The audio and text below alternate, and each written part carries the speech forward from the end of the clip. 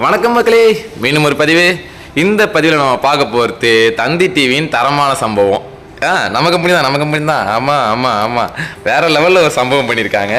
அதாவது என்னென்னா, அந்த ரிப்போர்ட்டருக்கு வந்துட்டு 5000 இன்க்ரிமெண்ட். எஸ், 5000 இன்க்ரிமெண்ட் போடு டமாலில் போடு. என்ன பண்ணியிருக்காரு தெரியுமா? ஆக்சுவலாக நான் அந்த இது பார்த்தேன், வெறும் 3 நிமிஷம் அவள் தான் அந்த வீடியோ ஷார்ட்டாக முடிச்சுட்டாங்க. அதில் வந்துட்டு இது கம்பெனி வந்துட்டு மோசடியாக நிறுவனம் அப்படின்றதுலாம் சொன்னதெல்லாம் ஓகே. ஆனால் 2023 துவங்கப்பட்ட மைவி3 நிறுவனம்னு சொன்னால் பற்றியாங்க, எப்பா சிரிப்பாக வருது எனக்கு. அது கமெண்ட்ல கொஞ்சம் பேர் நோட் பண்ணியிருப்பீங்க. பட் இருந்தாலும் வந்துட்டு இதை நான் போகிறதுக்கு முக்கியமான காரணம் என்னன்னா, இப்போ EOW வந்துட்டு கம்ப்ளைண்ட் கொடுக்கறதுக்கு வாங்கன்னு சொல்லியிருந்தாங்கல்ல, முதலீடு என்று சொல்லி உங்ககிட்ட பணம் வாங்கியிருந்தாங்க, நீங்கள் வந்து கம்ப்ளைண்ட் கொடுங்கன்றத அந்த தந்தி டிவிலேயே சொல்லிட்டாங்கப்பா. ஓகே, முதலுன்னு சொல்லி உங்ககிட்ட கம்ப்ளைண்ட் இது பணம் வாங்கியிருந்தாங்கன்னா நீங்கள் போய் கம்ப்ளைண்ட் கொடுத்துருக்கீங்க. ஓகே, இதுதான் அவங்க சொல்லியிருக்க விஷயம். அதை தந்தி டிவியில் சொல்லியிருக்காங்க. ஓகே, நான் மறக்கக்கூடாது. தந்தி டிவி நியூஸில் வந்து சொல்கிறது 100க்கு 100 உண்மை, அப்படியே உண்மை 100க்கு 100.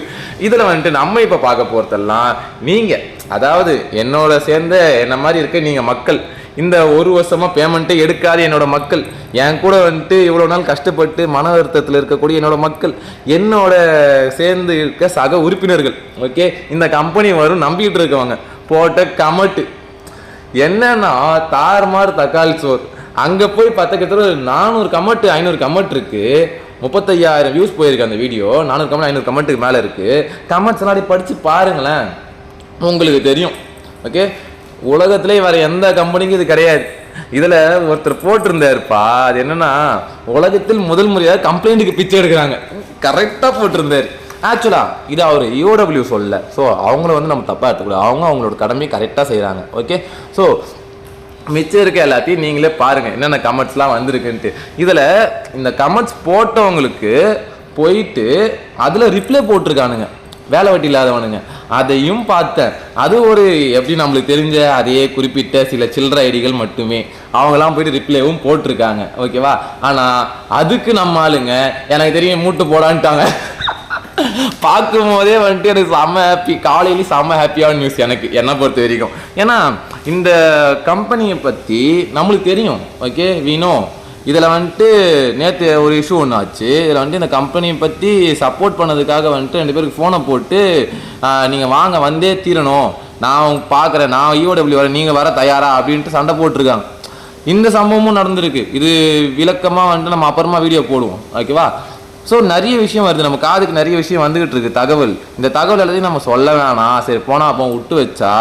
ஆனால் இங்கே நடக்கிறது எல்லாம் என்னன்னு பார்த்தீங்கன்னா, மூடணும், அது ஓடணும். அதுக்காக வந்துட்டு என்னென்ன செய்ய முடியுமோ அது எல்லாத்தையும் செஞ்சுன்னு இருக்காங்க. நீங்களும் சரி நானும் சரி நம்ம பாமர மக்கள் இல்லை அப்படின்றது 1000 வாட்டி இல்லை 10,000 வாட்டி சொன்னால் கூட அவங்க பிடிச்ச முயலுக்கு 3 கால் நிற்கக்கூடிய மக்கள் கூட்டத்துக்கு மத்தியில், பாமர மக்கள் மத்தியில் நம்ம பேசினா ஒன்றும் எடுபடாது. ஓகேவா? அப்பேற்பட்ட பாமர மக்களுக்கு நம்ம சொல்ல வேண்டிய கருத்து என்ன? அமைதி, பொறுமை. நாங்கள் காத்துக்கிட்டு இருக்கோம், எங்களுக்கு தெரியும். ஓகேவா? நாங்கள் இங்கே பண்ணது பர்ச்சேஸு, அதுவும் எங்களுக்கு தெரியும். இங்கே பேசிகிட்டு இருக்கவன் எல்லாம் அப்ளைனர்னு சொல்லிட்டு, இப்போது பேசிகிட்டு இருக்க யூடியூபர்ஸ்லாம் அப்ளைனர் இல்லை, அவங்க வந்துட்டு 2 பேமெண்ட் தான் எடுத்துவாங்க, 1 பேமெண்ட் தான் எடுத்துவாங்க, 3 பேமெண்ட் தான் எடுத்துவாங்க தெரிய வரும்போது, இருந்தாலும் நீ அப்படி எப்படி சப்போர்ட் பண்ணு, எனக்கு நம்பிக்கை இல்லை அப்படின்ட்டு பேசுகிற கண்டிஷன் வருது. இதெல்லாம் பார்க்கும்போது உங்களுக்கு என்ன தெரியுது? ஏதோ ஒரு உள்குத்து இதில் இருக்குது. ஏதோ ஒன்று அப்படின்றத தாண்டி நீங்கள் போட்ட கமெண்ட் நீங்களே படிங்க.